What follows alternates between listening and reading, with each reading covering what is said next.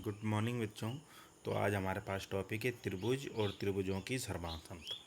तो यहाँ पर आपको दो त्रिभुज दिखाई दे रहे हैं, त्रिभुज ए बी सी और त्रिभुज पी क्यू आर। लगभग दिखने में एक जैसे दिख रहे हैं आपको। तो उस त्रिभुजों की जो सर्वांग समता है, इसके नाम से स्पष्ट है, सर्वधन अंग धन सम, सर्वांग सम, सभी अंग समान।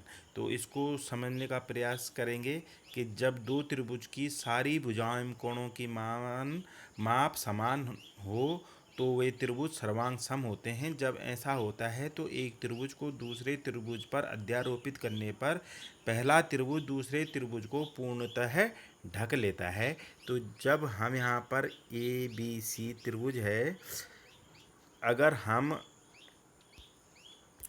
इस त्रिभुज को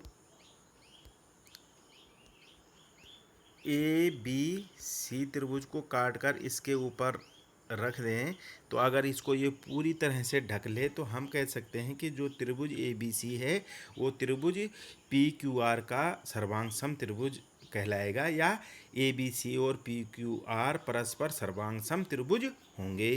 तो यहाँ पर देखेंगे हम कि ये किन परिस्थितियों पे होगा कि जब ए बी के बराबर पी क्यू और बी सी के बराबर क्यू आर और ए सी के बराबर पी आर हो, तो इन्हीं परिस्थितियों पर ये एक दूसरे को पूरी तरह से ढक लेंगे। तो ये तो संगत भुजाएं दूसरे त्रिभुज की संगत भुजाओं के बराबर, और जो संगत कोण है, कोण ए बराबर अगर कोण P हो और कोण B के बराबर कोण Q हो और कोण C के बराबर कोण R हो, तो जब ये कंडीशनें लागू होंगी कि संगत भुजाएं बराबर होंगी और संगत कोण बराबर होंगे किन्हीं दो त्रिभुजों के, तो वे एक दूसरे के सर्वांग सम त्रिभुज होंगे। इसको और विस्तार से देखने के लिए हम एक नए चित्र पे चल रहे हैं कि जो चित्र हमने बनाया है कि त्रिभुजों की सर्वांग समता। यहाँ पर देखिए आपकी एक त्रिभुज है ए बी सी और एक त्रिभुज है पी क्यू आर। तो त्रिभुज ए बी सी और त्रिभुज पी क्यू आर में यहाँ शायद हम आर लिखना भूल गए हैं, तो इसको आप देख लें। तो जो भुजा अगर ए बी के बराबर पी क्यू हो और भुजा बी सी के बराबर इसकी जो दूसरा त्रिभुज है उसकी संगत भुजा क्यू आर के बराबर हो, और त्रिभुज ए सी के बराबर वो त्रिभुज की जो ए सी भुजा है वो पी क्यू आर में पी आर के बराबर हो, और इसके जो पहला त्रिभुज है ए बी सी, इसके जो संगत कोण है, कोण ए बराबर कोण पी हो और कोण क्यू के बराबर कोण बी हो और कोण सी के बराबर कोण आर हो। तो इसके जब ये तीनों संगत भुजाएं और तीनों संगत कोण आपस में परस्पर बराबर होंगे, तो हम कह सकते हैं कि त्रिभुज जो ए बी सी है वो त्रिभुज पी क्यू आर का सर्वांग सम त्रिभुज होगा, और सर्वांग समता का जो संकेत है वो यहाँ दिखाया गया है। इसके बाद हम चलेंगे जो सर्वांग समता के जो प्रतिबंध होते हैं, मुख्यतः चार प्रतिबंध हमने यहाँ लिखे हैं। SAS प्रतिबंध, ASA प्रतिबंध और SSS प्रतिबंध वो प्रतिबंध, और चौथा है RHS प्रतिबंध, या नियम भी कह सकते हैं हम इसे। एक हमने लिखा नहीं है लेकिन उसको भी हम पढ़ाएंगे आपको, वो है AAS। ये आप इसे अलग से नोट कर लेंगे।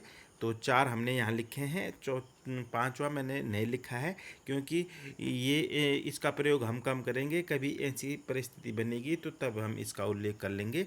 लेकिन फिलहाल हम मुख्यतः ये चार प्रतिबंध आपको समझाएंगे, इसका विस्तार भी मैं आपको समझा रहा हूँ।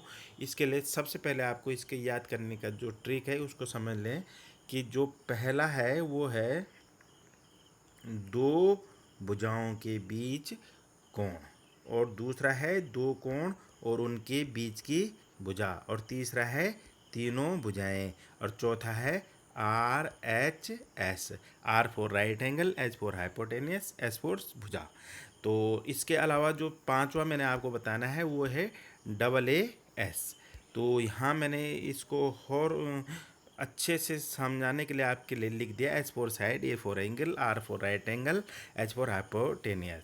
तो जो उस भुजा कोण समकोण, राइट एंगल समकोण, हाइपोटेनस माने समकोण त्रिभुज के जो जहाँ पर 90 अंश का कोण बनेगा उसके सामने वाली जो भुजा होगी वो सबसे बड़ी भुजा होगी और उसे ही हम कर्ण कहते हैं। यहाँ पर एक बार देख लें, अगर कोई एक समकोण त्रिभुज है तो जो ये 90 अंश है इसके जो सामने की भुजा होती है इसको हम कर्ण कहते हैं। तो इसके बारे में आप पहले भी पढ़ चुके हैं। तो मुख्यतः जो 4 प्रतिबंध हैं, जो 4 नियम हैं सर्वांग समता के, उन पर हम फोकस करेंगे। तो पहला प्रतिबंध को देखेंगे हम। तो यहाँ देखो आप, ये लिखा हुआ है भुजा कोण भुजा, इसका मतलब एस प्रतिबंध है ये। तो जैसा कि इस नियम के नाम से ही प्रतीत हो रहा है कि इसके अनुसार दो त्रिभुज सर्वांग सम होंगे जब एक त्रिभुज की दो भुजाएं और उनका अंतरकोण क्रमशः दूसरे त्रिभुज की दो भुजाओं एवं अंतरकोण के बराबर हो। तो अगर हम यहाँ देखें ए बी सी और एक्स वाई जेड त्रिभुज में, तो जो ए सी भुजा है वो भुजा एक्स जेड के बराबर, और जो दूसरी बी सी भुजा है इस दूसरे त्रिभुज की जो संगत भुजा है वाई जेड के बराबर, और इन दोनों भुजाओं के बीच का जो कोण बन रहा है ये दोनों कोण भी आपस में बराबर हों।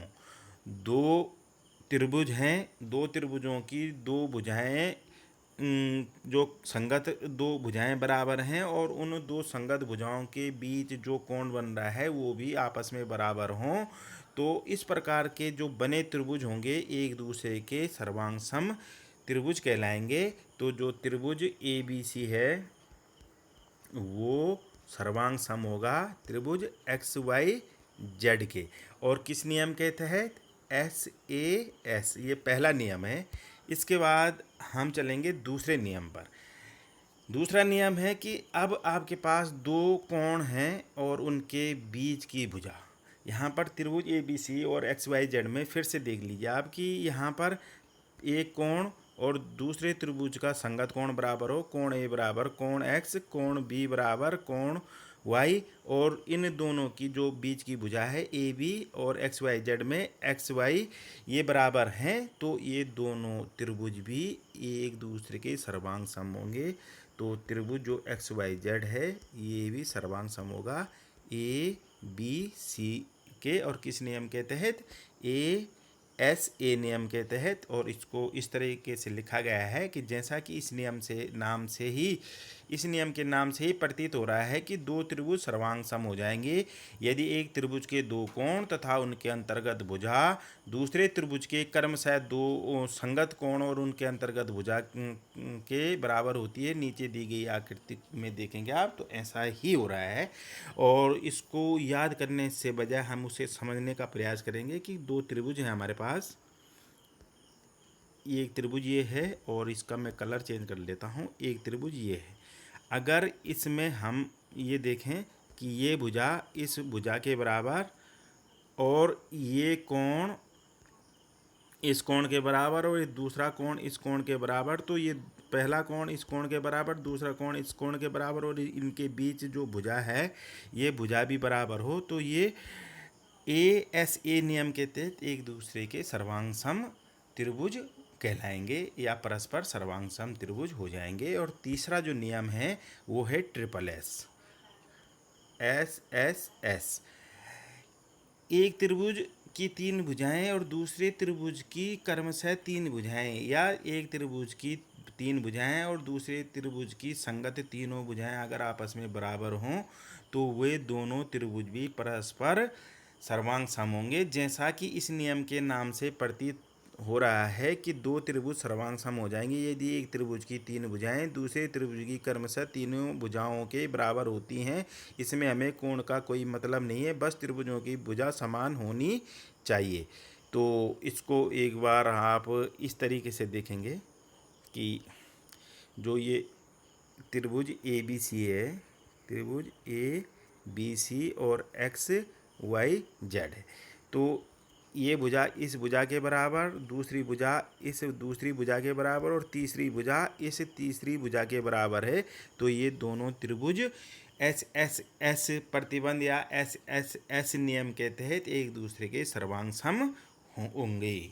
इसके बाद हम चौथा नियम हम आपको बताएंगे डबल ए एस, जबकि मैंने आपको शुरू में इसका जिक्र नहीं किया था, लेकिन फिर भी इसको आपको समझ लेना है कि अगर दो त्रिभुज हैं, माना एक त्रिभुज ये है और इसके साथ एक त्रिभुज हो रहे, तो इसमें माना ये कोण और ये दो कोण बराबर हैं, ये कोण इस कोण के बराबर और ये दूसरा कोण इस दूसरे कोण के बराबर, और अगर इसके साथ कोई एक भुजा भी बराबर हो तो ये दोनों त्रिभुज डबल ए एस नियम के तहत एक दूसरे के सर्वांग सम होंगे। तो जैसा कि इस नियम के नाम से प्रतीत हो रहा है कि दो त्रिभुज सर्वांग सम हो जाएंगे जब एक त्रिभुज के दो कोण और इन कोणों के अंतर्गत भुजा के अतिरिक्त कोई एक भुजा दूसरे त्रिभुज के क्रमशः संगत कोण और संगत भुजा के बराबर होती है। ये जो हमारे पास सर्वांग समता के जो प्रतिबंध है, इसकी भाषा जो है बड़ी क्लिष्ट है, बच्चे कंफ्यूज करते हैं। इससे बेहतर ये है कि हम चित्र के द्वारा समझने का प्रयास करें। तो यहाँ पर ए बी सी त्रिभुज है, दूसरा एक्स वाई जेड है। तो अगर कोण सी के बराबर कोण जेड हो, कोण ए के बराबर कोण एक्स हो, एक त्रिभुज का पहला कोण दूसरे त्रिभुज के पहले कोण के बराबर, दूसरा कोण दूसरे त्रिभुज के दूसरे कोण के बराबर, इसके अलावा कोई एक भुजा बराबर हो, तो ये दोनों त्रिभुज डबल ए एस नियम के तहत एक दूसरे के सर्वांग सम होंगे। और जो पांचवा नियम है, ये इस जो पांचवा नियम है वह आर एच एस नियम, आर एच एस नियम, इस नाम से ही मालूम हो रहा है कि राइट एंगल की बात हो रही है। तो यहाँ पर जो हमारे पास दोनों त्रिभुज होंगे वो दोनों त्रिभुज होंगे समकोण त्रिभुज। ये नियम केवल और केवल समकोण त्रिभुज पर ही लागू होगा। अगर दो समकोण त्रिभुज है हमारे पास, तो ये समकोण त्रिभुज की ये का एक कोण दूसरे समकोण त्रिभुज का समकोण कोण बराबर होंगे, क्योंकि दोनों की माप 90 अंश है।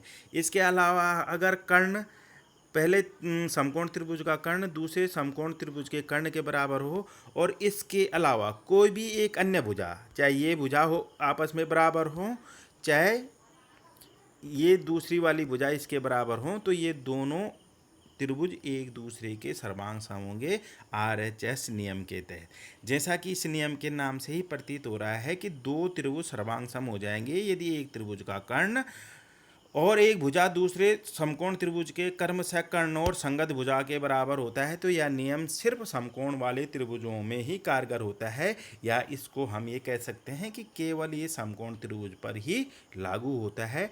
तो यहाँ पर हम देखेंगे जो त्रिभुज ए बी सी में है, कोण ए बराबर कोण एक्स और दोनों का मान 90 अंश है। कोण ए बराबर कोण एक्स और ये दोनों का मान 90 अंश है। इसका मतलब ये समकोण त्रिभुज की बात हो रही है।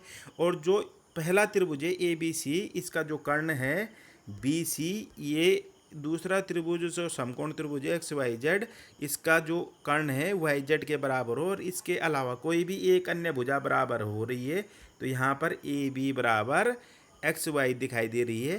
तो ये दोनों त्रिभुज एक दूसरे के सर्वांग सम हो जाएंगे आर एच एस नियम के तहत। तो हमने जो 4-5 नियम पढ़े हैं वो नियम हैं, पहला नियम था दो भुजाएं और उनके बीच का कोण, दो भुजाएं और उनके बीच का कोण एस ए एस। और दूसरा नियम था दो कोण और उनके बीच की भुजा। तीसरा नियम था एस एस एस और चौथा था आर एच एस। इसके अलावा हमने एक नियम और पढ़ा जो था डबल ए एस। इसके अतिरिक्त मुख्यतः हम इन चारों नियमों का ही प्रयोग करते हैं, लेकिन कभी विशेष परिस्थिति में इस नियम का भी प्रयोग किया जा सकता है, तो आप इसको भी ध्यान में रखें। इसके बाद हम एक्सरसाइज पे चलेंगे 7.1 या 7.1, 7.2, 7.3। ये सारी जो एक्सरसाइज हैं इन्हीं चार प्रतिबंधों पर ही टिकी हैं। तो इसका अर्थ ये हुआ कि अगर हम इन चार प्रतिबंधों को, इसके अलावा एक प्रतिबंध और लिखाया गया है, इन प्रतिबंधों को ध्यान में नहीं रखेंगे तो फिर हम एक्सरसाइज शुरू नहीं कर सकते हैं। इसलिए आपको ये जो प्रतिबंध है और सर्वांग क्षमता का जो कॉन्सेप्ट है इसको बहुत अच्छे से क्लियर कर लेना है। जल्दी हो सकता है, लेकिन इसका मैं आपको पीडीएफ बना के भी भेजूँगा और फिर आप इसको अच्छे से देख लेंगे। क्योंकि अगर आप की समझ में ये सर्वांग क्षमता के प्रतिबंध नहीं आएंगे तो फिर आप एक्सरसाइज को नहीं कर सकते हैं। निश्चित तौर पर आपको ये सीखने ही पड़ेंगे। तो थैंक यू।